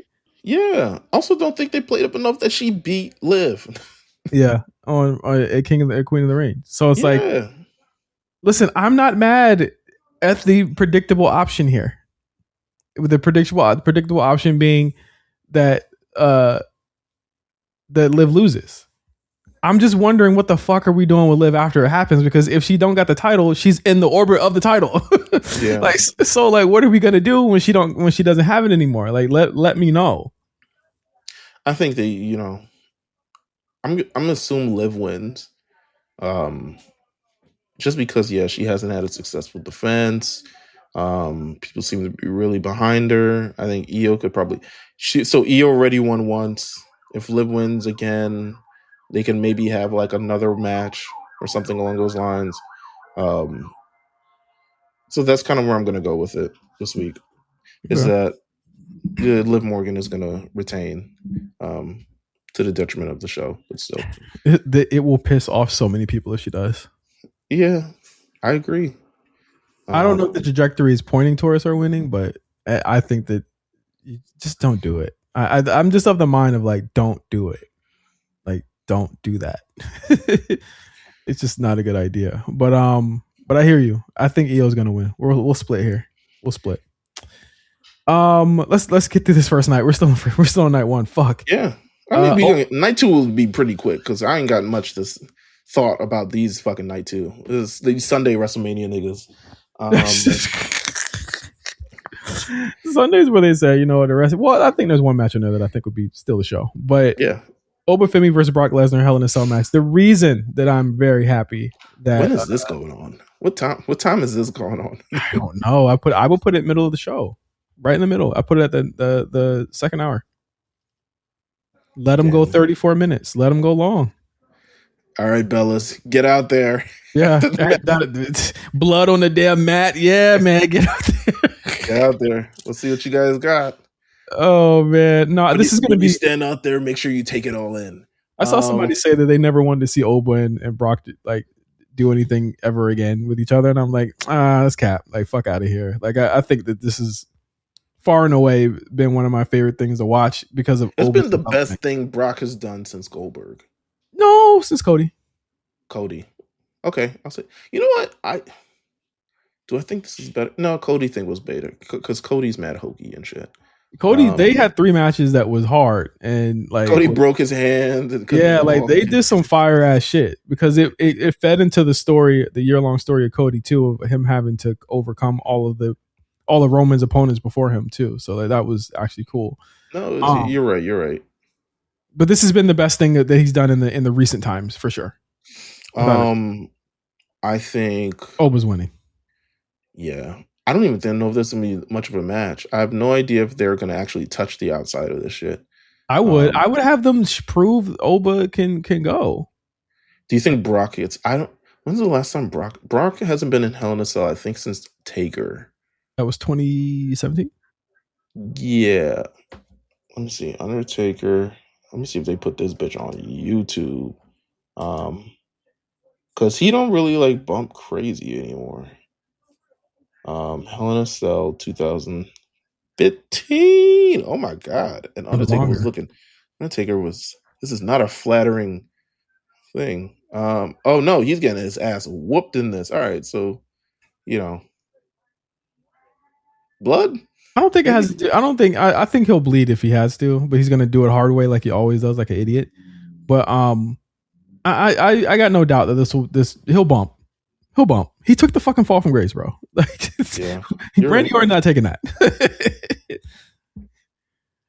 I mean, low key, Roman ain't taking it either. But we'll take it. Yeah, I'm man. gonna pick Oba. Yeah, it's got to be Oba. Yes, it's Oba, and I think that it's the best way to. Brock understands business. The best way to you got to go out on your back. Absolutely, so, he understands. And he in his hometown, so hopefully he gets a little. You think this is it for him, or you think he's got like more in the tank? Goes out, kisses Sable and his other freakishly Brock-looking kids. Oh my god! Absolutely. I have to see. They already did the first retirement. Doing the second is kind of like passe, I think, right? Yeah, but also I would maybe the Saudi Prince wants him for Mania. I think that's maybe why he hasn't. It's like, but Brock, we have Mania next year. And if I'm him, I'm like, so yeah, that's I'll be like, all right, nigga, I'm tired of going to that fucking country. So we'll see. Definitely Oba though. Oba wins that, and then the main event: CM Punk versus Cody Rhodes. In a match that I'm pretty well intentioned to say I think we'll have a part 2. Like, this is just the part 1 to me, so it makes it more interesting and intriguing as to the outcome of this. It's like, who's going to be on top? I think that, like, I'll say it off top, like, I think the match is going to be fantastic. Punk don't miss. Cody will will something to make sense and not like be whack. So, like, these are guys that try. I would be disappointed if they had no chemistry. True indeed. I would be so disappointed if like, damn, they actually don't fucking wrestle well together. He had chemistry with non-working ass Roman, so he has to have a chemistry with Cody. Yeah, this is the first kind of like wrestling match in a long where I feel like, are you intrigued? I'm intrigued. This is the first time. It's not even. I don't even know if this is the first time ever, but it's the first time that I can remember. They don't really do like first time in a long time. Have they put up a CM Punk versus Cody Rhodes match? I don't think they have. Well, I mean, Punk had a whole feud with Legacy, and he never wrestled Cody. Maybe first time in a long time. He wrestled him September 22nd, 2008. It was probably trash. Episode 800 of Monday Night Raw. Oh, Monday Night Raw. Okay. You want to hear the card? Yeah. Cody defeats. CM Punk defeats Cody in the opening match. Santino Marella defeats Deuce of Deuce and Domino. Okay. The match goes 1 minute 16 seconds. Kane defeats Evan Bourne in 5 minutes and 3 seconds. Kelly defeats Beth Phoenix in 3 minutes. Oh my Jesus. John Morrison and The Miz defeat Crime Time. And the main event is a 3-on-2 handicap match. Chris Jericho, John Bradshaw Layfield, and Lance Cade defeat Batista and Shawn Michaels. We were in hell. Boy, I want people to look and listen to that card, and you tell me that what we have right now is worse. You're lying to me. Not worse than that. Jesus Christ. Kane versus Evan Bourne. Oh my god.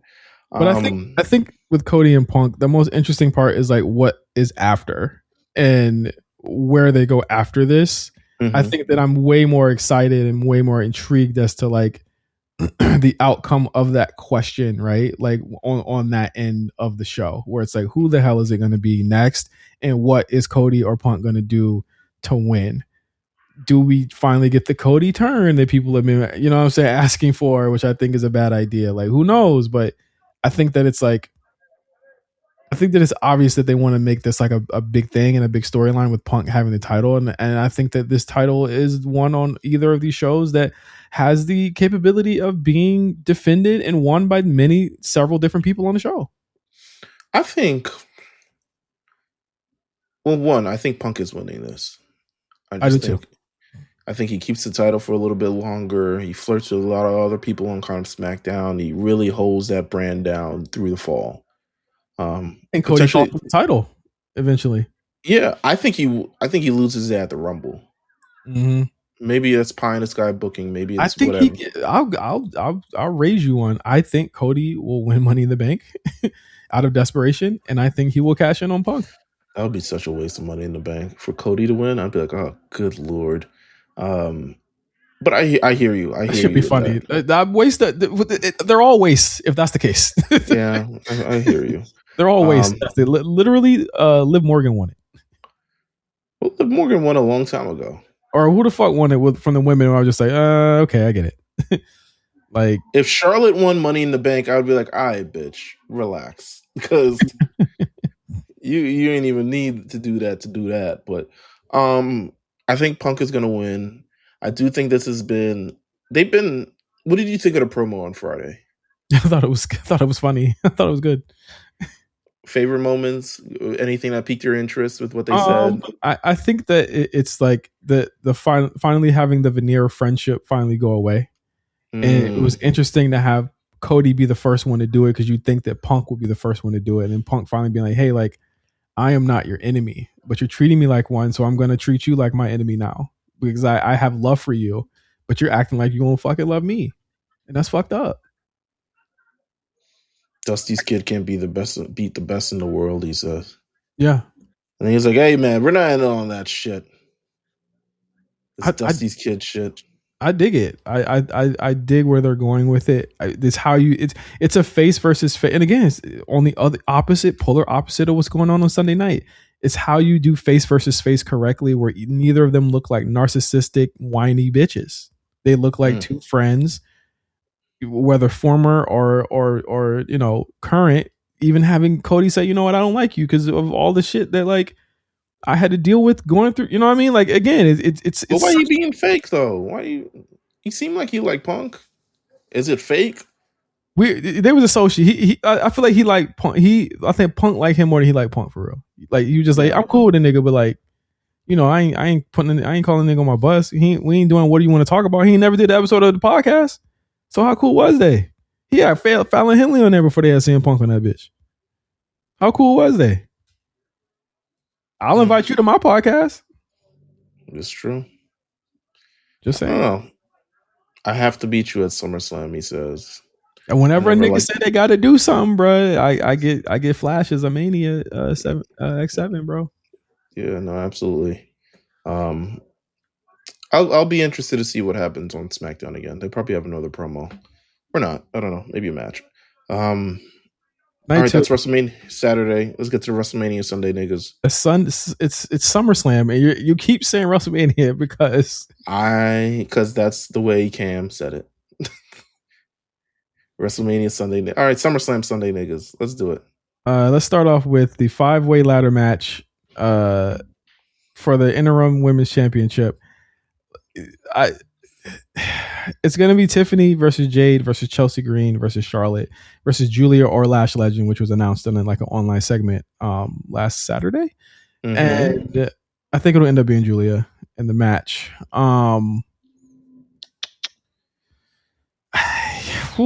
Interim women's champion is such an interim, stinky, smelly thing to me. So to be fair, if anyone has to be interim women's champion, I don't know. All right, so it's going to go to whoever they wanted Rhea to feud with in the first place. Let's just put that out there. It's going to go to that woman. You think Charlotte? I mean, I'm hard pressed to think of anybody else in the situation because I would love another Jade thing just to show that she is firmly like at the center of this thing. You know what I'm saying? Like someone who's just like she got dropped from the top of the mountain, she came back up, and it just makes more sense for a heel to be that too, because she just for bragging rights and shit, right? Yeah, I would say so. It makes more sense. I don't know how the flow of this is gonna go because these are all just like, it's really scary when you have top women and then one like chick who's not really like top. Like Julia is kind of the odd woman out if it ends up being her. Lash to me just doesn't make sense in this match. I'm just gonna be real. No, but I wouldn't be mad. But yeah, not really. But Chelsea Green's also in this match. But she's supposed she gets wins on TV. You know what I mean? Yeah. Like Julia's been getting wins on TV. And so Tiffany Stratton. Why is Tiffany and Chelsea in this match? I don't know. I don't fucking know. Tiffany's in this match because they're in Minnesota. There's a good tag team between them two. Yeah. And I think that she needs to lose the U.S. championship for them to fully realize what that is. I agree. I'm going to go with... I'll go Charlotte. I'm going to go with Jade. All right. Even though we literally started this conversation saying the opposite people. Yeah. I'll go with Jade. I talked myself into Jade. But I've never also seen Jade climb a ladder, so we'll see what else happens. Oh, Lord. Oh, God. I've just been like... Women can't climb ladders now? No, but I've just never... I didn't know that was her beat. You know what I'm saying? Like... Oh, my God. Yeah, he said it, not me. Danhausen versus Dominic Mysterio, Human Money is on a pole match. The funniest thing about this whole thing is that people are like, look at how he's booked on AAA and look at how he's booked on WWE program. And I was like, yeah, with two of the toppest people in the company, with all the top people, yes, you're right. He is booked the exact same on both shows. Dom wasn't on AAA for like 3 months. Exactly.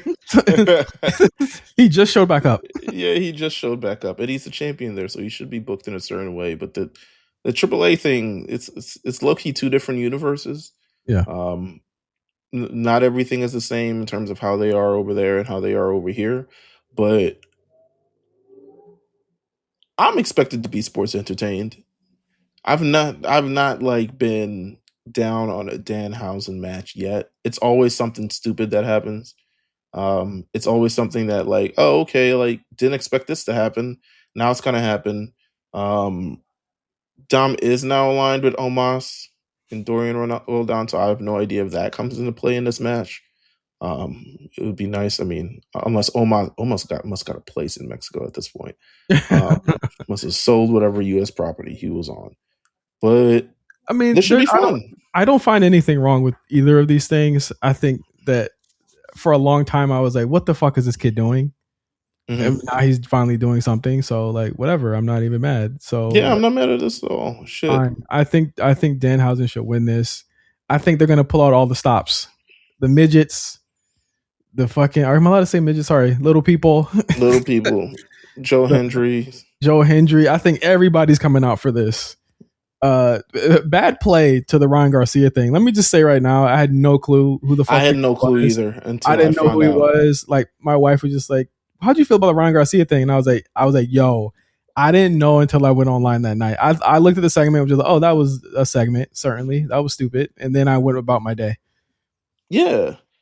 But let me just say, I was like, I do not condone any of that at all. Insane that they would have him. I mean, I know they're presenting like Zuffa Boxing or whatever the fuck it's called, but that's Mike Tyson was on this show too. So like they replay that shit all the time. Yeah, but we in a different era now. What boxer is squeaky clean?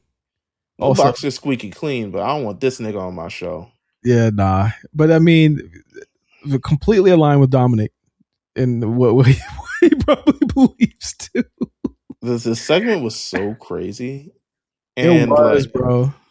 That was the example of what we said earlier when we were just like, Triple H probably just let the nigga do what he want to do. That was a perfect when example. The Clippers dancers came out and started doing the dance too is when I was kind of like, all right, this is kind of stupid now.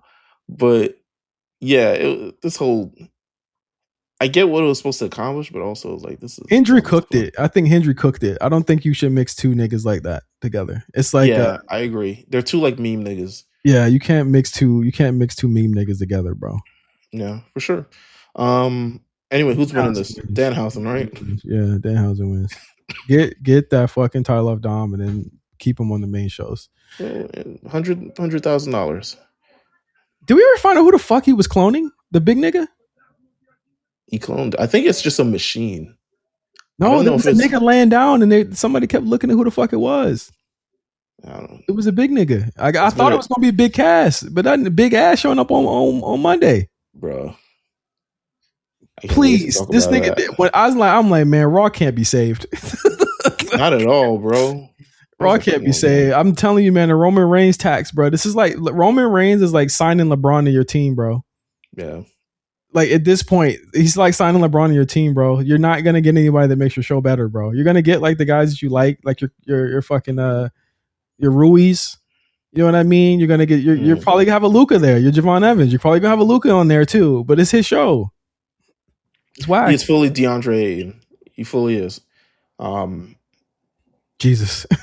Moving on. Sami Zayn versus Finn Balor. So Finn Balor won a number one contendership match in the main event last week. Been on. Great role.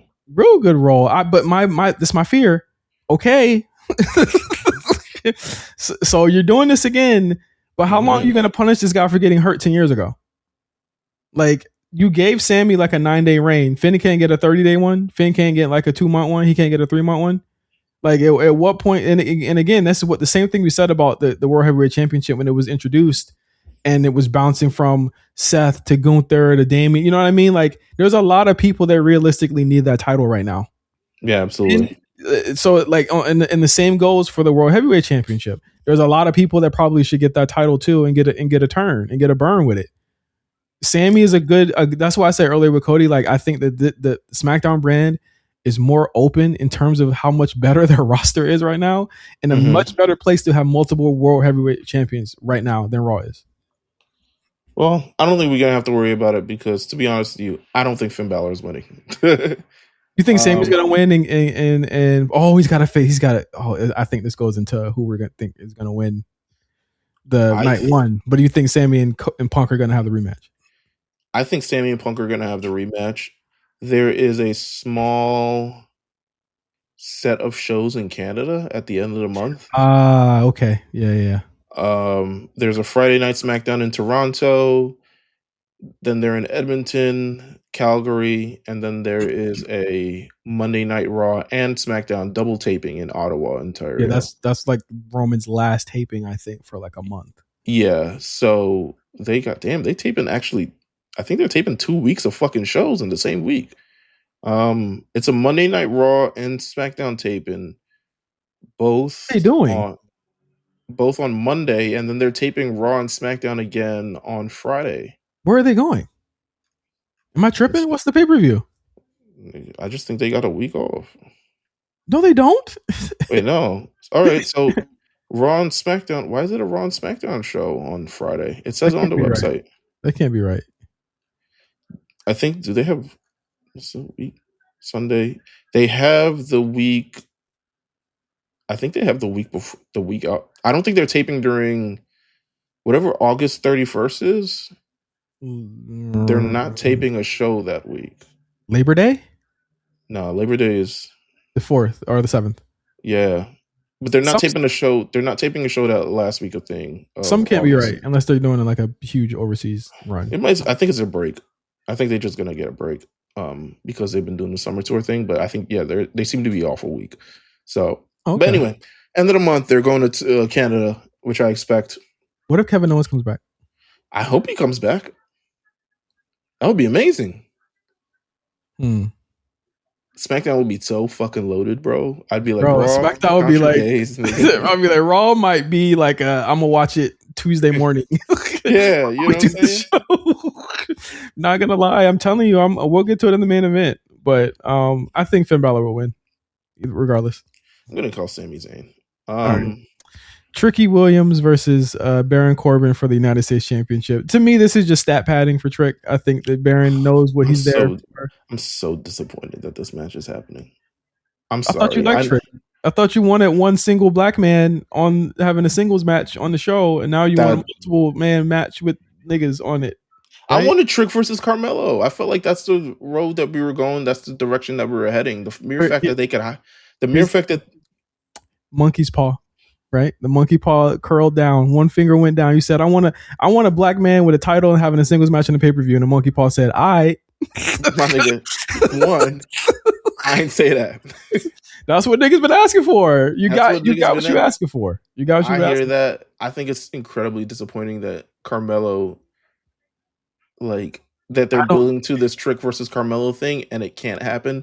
You literally pick a nigga up off the street and put him in SummerSlam. So.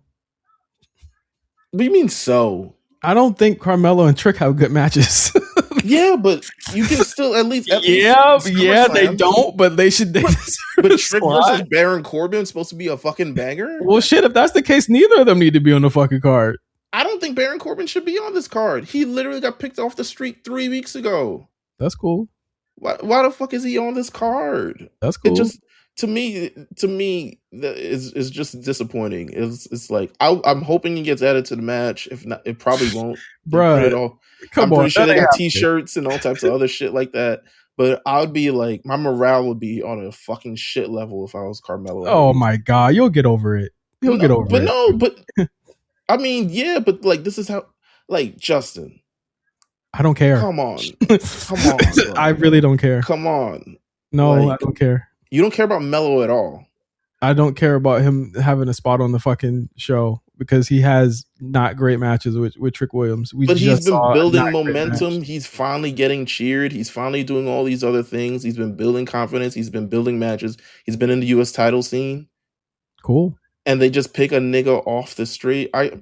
It's fine not to care, but it just, that shit is whack to me. Yeah. Anyway, Trick Williams was win. Step it up, bud. Trick Williams wins. You can step it. It doesn't matter how much you step up because they just gonna pull Baron Corbin off the street and say, "Hey, Summerslam." Hey, man, make a petition, my nigga. I would if I could. I don't know how. Again, bro, I don't know what. Again, you don't say I don't know what they want. I feel like I'm seeing what the company's seeing in this nigga, man. I feel like I'm seeing it, bro. But I'm hearing the promos, man. I'm seeing the swag, bro. Bad. I'm seeing the swag, bro. I don't think to that point. I don't think Trick's really been great either. I actually, honestly, would rather Ricky Starks probably having the title right now, or Ilya, if wherever the fuck he is.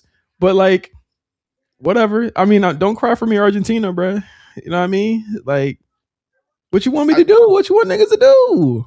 I don't expect you to do anything at this point. I just think it's fucked up. That's what I think it is. Like, there's very little things I think, like, okay, people are entitled to Meelz, you get things. Everything you want, bro. You got 2 hours SmackDown. You got Trick winning the title. Irrelevant that's irrelevant to the point I'm making. You got a solo black man match on the card, bro. You got everything. Why are you acting like I'm the one who perpetrated that narrative when it wasn't the case? Hey, man. Either way, I think it's fucked up. I think that shit is whack. It's fucked up, but you don't even know what's next. You don't know what's about to happen Friday. You don't know what's about to happen on Sunday. But you just said you're pretty sure he's not going to be in the match. I argue that you should practice something that we've told other people to do before, and that is to what? Let it play out, brother. My nigga, you just said, oh, boom. It's probably not going to change.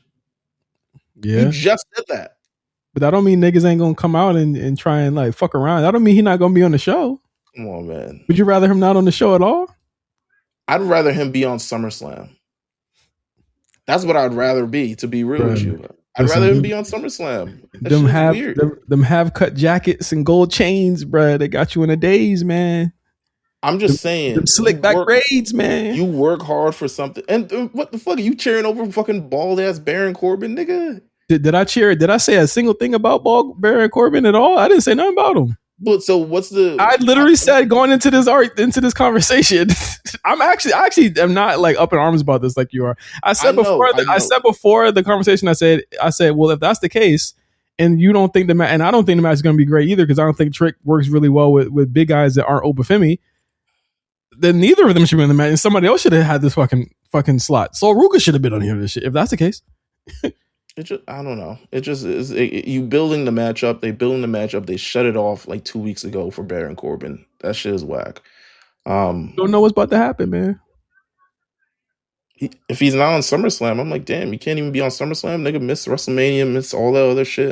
The monkey's paw curled, bruh. It wasn't my monkey's paw. I don't know what narrative you're trying to perpetrate. But the will of the black people held up their arms like it was a spirit bomb for black people representation, and they finally got it. And y'all mad at Trick. No one's mad at Trick. I see niggas mad at Trick. I don't think niggas is mad at Trick. I'm speaking for niggas? Mad. I think niggas is mad. I don't think niggas is mad at Trick. I can firmly say that. I don't think niggas is mad at Trick. It is what it is. This match is gonna fucking suck. I mean, your morale can be low or whatever. It's not my morale, but I'm just saying, like, if you work there, it's like, what the fuck am I doing this shit for, bro? He's like 5 feet tall, bro. It is what it is. Let's go on to the next match. It just is. That's terrible. But go on. He's 5 feet tall. Come on. He's fine, bro. He's a good wrestler. He does everything he's supposed to do. You know what he is? He's a good hand.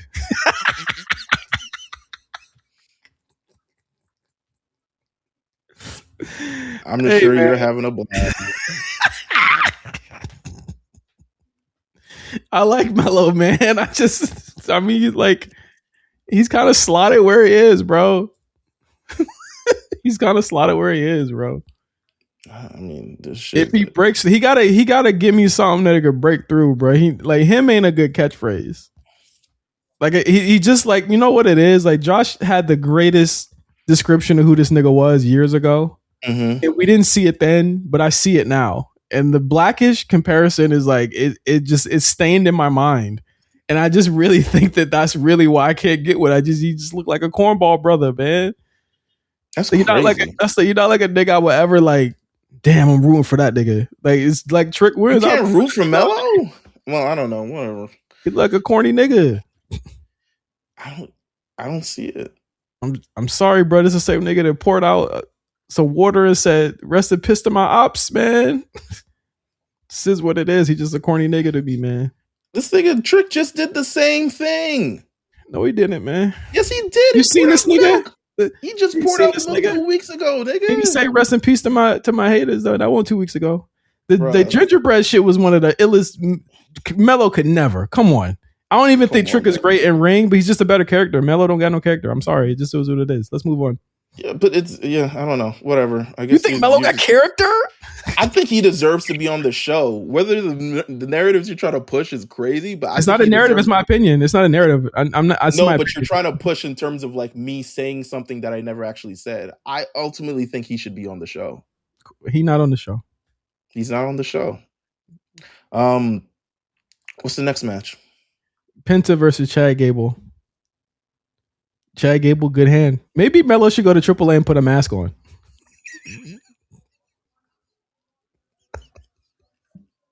Amen.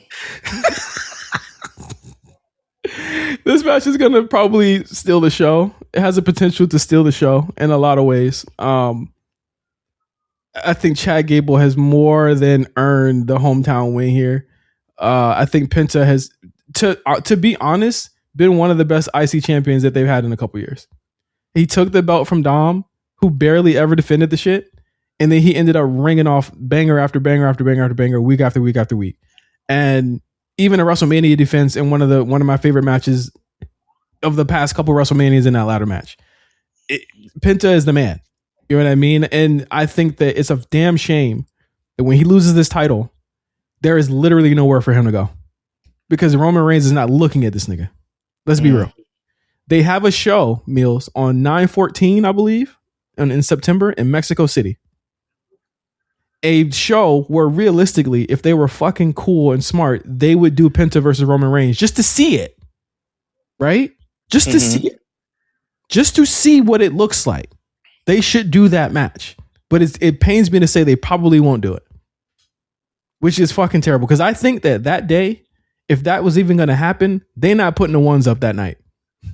They're putting the Cero Miedos up that night over Roman Reigns. That's my thought. Mexico City, of course. In Mexico City, absolutely. I think that night you make a star. I know that I'm preaching to the choir here. I know that I'm probably, this is probably just like wishful thinking, bro. But like, I really think that like Penta needs to move on to the World Heavyweight Championship, man. Like, let's be fucking for real. I probably don't think that's gonna happen at all. I'm just saying it should, but because I mean, like, he's in terms of just like hierarchy, it's after Seth is really him, and in terms of the men, it's really Penta. Punk's gone. Yeah, but I'm just saying it should happen. I'm just saying, like I said, it's a shame that it's not going to happen. He's probably going to chase the IC title, but there was a week on SmackDown one time where Shinsuke Nakamura came out and answered a Roman Reigns promo, and I thought we were about to witness one of the coolest things on earth, and it just never fucking happened. Yeah, because he didn't want it to fucking happen. He a bitch. So, anyway, I'm assuming Chad Gable is going to win this one. And then they'll shake hands or something along those lines. Yeah, he should win. And Penta should move on to something great. But that would only happen if there was actually a good champion on this show. Speaking of champions, Roman Reigns versus Seth Rollins. I'm gonna be completely honest with you. Seth Rollins being involved in this vortex has made me dislike Seth Rollins. And Roman Reigns actively makes me dislike this show. The show is at a standstill whenever he is out in the ring. I cannot believe we are still doing Acknowledge Me 4 years later. Imagine if Stone Cold Steve Austin was still doing this shit in 2004. Oh shit, he was, wasn't he? Damn. Who? Stone Cold. Yeah, he was doing the same thing for a hot minute. But this is still like we have 4 years of it though, of this nigga. Heel and face or whatever the fuck he is right now. I think the reality of this thing is that this feud, Roman Reigns has been doing roughly the same thing for the last year. He's not going to wrestle on Raw. He's not going to be allowed to put himself in these positions. So legitimately, for the full time he's been here, he's only been able to cut promos, get his ass whooped at the end of the promos, or he cuts a promo and he whoops their ass at the end of the promos. The promo ends and they walk away. Right. But the other sad part about this is, maybe the more disappointing part of this is, that Seth has been just equally as disappointing as well throughout all of this. Yeah, because this is what happens when you're in the vortex. Seth has the history they have. And I don't think they've been able to really pluck anything interesting from this. It's crazy. It's kind of sickening, actually. This match, no one knows who to cheer for. We get weeks of him, Roman Reigns or Jalen Brunson one week, and he's getting cheered, and then we get weeks the next week of them going out in the ring, and it's just a completely different situation. Roman is getting jabs on this nigga. Seth Rollins is talking about like how he does the most work and doesn't get the most pay, or whatever the fuck situation it is. This has been an abomination of a World Heavyweight Championship feud, especially for the stakes that are involved, the people that are involved, in the history that's involved. This has been creatively one of the least fulfilling feuds that's happened this year, by far, bar none.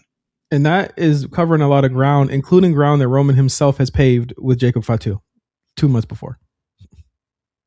They haven't been as involved in this feud, which I appreciate, even though they have had small glimpses and, ooh boy moments of the week with him and Solo or him and Jacob Fatu or something along those lines that maybe, which honestly seem more interesting than where they go with the Roman thing. But it's just like, he's just not an interesting character. And I think a lot of people are waking up to this as we speak. Like a lot of people are waking up to the fact that like, hey, Roman don't got it anymore. Unk don't got it anymore. I think it's really interesting to see people like literally talk about Cody in the same breath as Roman, because I just think he's just a better all around performer at this current moment. And so is CM Punk. Let's just be real. I would shudder to say that the core, it pains me to say this, the core of Roman, Seth, and Mox are actively bad on every show that in every company they're in right now. And I love Seth. I think there's definitely like a lack of direction in things, but Roman is by far the worst. It is not even, to me, because in terms of ranking, yes, I think Seth's probably a distant third. I think he's only gotten terrible with this Braun shit into the Roman shit is not a good, because I was campaigning for this guy to be fucking wrestler of the year. I don't know if he knows the type of, like, I don't think he has an identity currently. I think he's going through an identity crisis right now. I just feel like what are you talking about, bro? Like, realistically, like, what the fuck are you talking about? You stand there in the ring and for 20 minutes you cut these damn promos for what? And I just feel like these promos are so like vapid and so like, I'm going to repeat history and we're going to fight again. And you've been doing this since the beginning of time and blah, blah, blah. And I'm just like, bro, what the fuck are you talking about? Get to the end of this shit, man. It's just like, yeah, like, but this is such a waste of this is something we waited for since 2022, because in 2022, I think the mind games that Seth was doing, and I think that Roman's ability to respond to it really play into it, really accept that there is a vulnerability within him that Seth has. Whereas at this point, they're not accepting it. It's just fucking neck vein against neck vein as they're fighting and talking and chatting and all this other stuff. When he went for the chair, I said, okay, I get it, guys. He's going to go for the chair, not do the chair. But they did this like 2 weeks ago. I'm like, okay, we get it. The trauma, he's going to overcome the trauma to finally be him. I actually think that like one of the biggest things they could do that will actually enhance Roman's character is to have him never be able to beat Seth. That's actually an interesting wrinkle. That would actually force him to actually look inward and look at his character and look at what he's able to do. I think at this point, Oba versus fucking Seth is a more interesting matchup because I'm quite sure that Oba gets whoever comes out of this match. But the reality is they will have a very nice 30 to 35 minute match. Roman will win. Oba will probably come out at the end and do a stare down. And my prediction is probably at Money in the Bank, it will be Oba versus Roman. Money in the Bank is 2 fucking months. I also got to let everybody know, if you have ESPN, pause that shit because they ain't got a pay-per-view until between now and the middle of October. There's no fucking pay-per-view. And Roman's not on. Well, there's Sunday Night's Main Event. And Roman's not on. Sunday Night's Main Event probably on Peacock, I believe. Roman's not on Raw for like a slam month after the 3rd. Yeah. So we're going to be in the doldrums of this shit. But who was main eventing these shows when Roman? That's why I'm like, just have him lose the title. There's nothing wrong with him losing the title. Literally, Cody's already lost it and gained it and then lost it. Like he's already lost it and gained it again. Like just have him fucking lose. I think they have alternative options to main event things like the women, right? They could eventually just go to the women and have a main event a show. But it's more so the massive waste of time in the world heavyweight division. It's like the Brock levels of a massive waste of time. Brock not being there for months on end, massive waste of time. But Roman being here every week and also a really, yeah, it's just like not creatively fulfilling. It's just, and I realized that like we're probably the minority on this, for whatever reason, but there's nothing to sink your teeth into this character. And that's just been, Raw has just been, to me, just bad for that reason. You have Roman, who's not going to actively wrestle on the show. You have Seth, who isn't also actively wrestling on the show because, but he does though. The only time the only reason he's not doing it is because of this. It's because of this. Liv is not wrestling. Io's not wrestling. Oba's not wrestling. Brock is not wrestling. Oh wait, well Oba does wrestle. Io does wrestle. Oba wrestled last week. Yeah. Once for the first time since King of the Ring. But it's not like so you have these like 3-4 week periods, stretches of the thing where we're suddenly getting Vision versus Otis and Tozawa having these matches, and then you're getting the LA Knight versus whatever the Usos thing. By the way, Usos also haven't wrestled a tag match in quite some time. It's the J thing as well. There's a J thing that's part of it. But also it's like, where do these niggas get off not having to be able to wrestle a tag match at any point during this thing? They were Roman, nigga. So it's kind of all of this is like I just feel like Raw is in this vortex right now. But this happens anytime Roman's on your show. It didn't always happen before. Well, it didn't always happen because the storyline was buzzing. We don't remember them. We don't remember them undercards when their bloodline was buzzing. We don't remember those. We don't talk about those. I think one of the healthy things back then, again, it was happening for the first time. This is a clear retread of exactly what's going on. And there's better talent now. Yeah. We don't got fucking Riddick Moss on our TV. We don't, because niggas don't talk about these undercards, these manias that he main evented, what we had to endure to get there. With that said, I think Roman is retaining. I really hope that they like it would just be so interesting for them to just have him never beat Seth ever. It would just be such a great character flaw for him to not be able to, because there's always one thing in people's lives that they just can't let go of and they just can't overcome. And it's just like, that's just something in life that you just can't get over. Though I wish the story was told better. Yes. But I think ultimately the ending should be Seth beating Roman because he, in a way, created the monster. so he knows how to defeat the monster. But Roman got to finish his story. So whoop de fucking do. I don't think character flaws fit in the scheme of how TKO is doing his business, or how the people who how Roman does it, because there's several, like literally you see Cody have fucking character flaws that cause him to fuck his friends over. You see Sammy have character flaws. You see a lot of people do that shit. It's only Roman, bro. Like, this is not a company-wide thing. It is a Roman Reigns thing.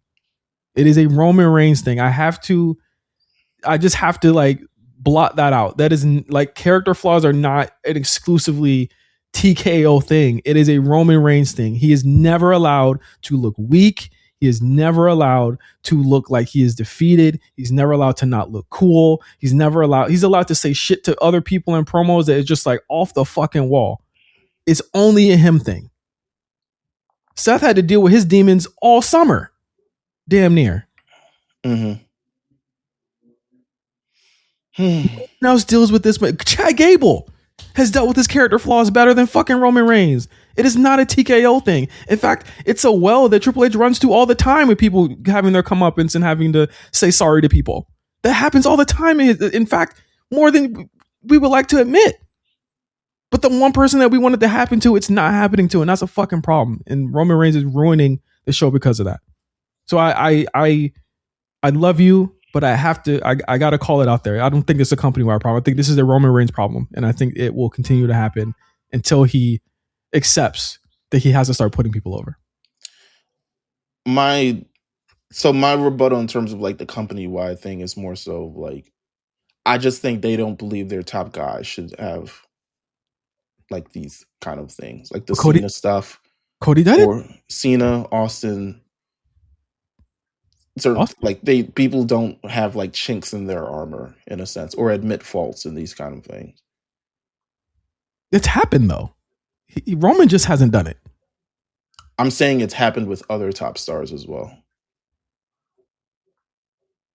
What? Cody may be maybe Cody's albatross. Shit. But I'm just saying, most of the top guys is like, ultimately these guys have to be strong at the end of the day. So he's never gonna like, damn. Maybe it shows signs of weakness or anything of the rather. Either way, this has been bullshit. Raw is bullshit, and it's largely because of what's being presented on this card, because of this guy right here. It's a Roman Reigns problem. It's a Roman Reigns problem. It's a multiple thing problem, but Roman Reigns is the biggest part of this problem, for sure. Maybe when he's off the show will be better. Honestly, now that I think about it. Maybe they need a month off from this nigga. Maybe it will actually get interesting when he's gone. I don't know if Raw has the personnel, to be honest with you. I think they do. I mean, the at least you'll get a fucking good match at the end of the night. Very true. Not a fucking promo. Congrats to Raquel Rodriguez for winning the Intercontinental Championship. Yeah. Should have been on the card. All right. Thank you guys for listening. This was a long ass show. But I mean, hopefully worth it for you guys. So for Meelz, I'm Justin. We'll be talking about all of the outcomes and happenings from this weekend on SummerSlam. And please be safe. Stay out the heat. We'll see you guys next week on the A Show. Peace.